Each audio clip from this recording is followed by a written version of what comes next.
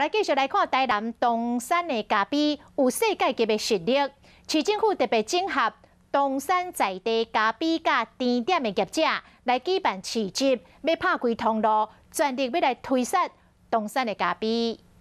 源自日本时代，台南东山咖啡产量少，选择行精品的路线，得到美国 CQI 咖啡品质鉴定协会评定做精品咖啡。 让更多来自全国各地，甚至来自外国的消费者，能够喜欢、爱上台南的东山咖啡。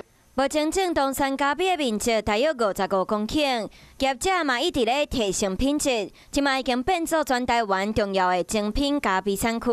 伫观光旅游局的协助，希望会当拍开通路。 希望阮的东山咖啡会当一直不断向外去宣传，互较侪人知影。希望讲阮若推有出去，后摆少年人会转来，少年人有转来，阮所在都有希望。这场东山咖啡推广会嘛，邀请真侪咖啡专家，带大家做伙啉出咖啡的专业质感。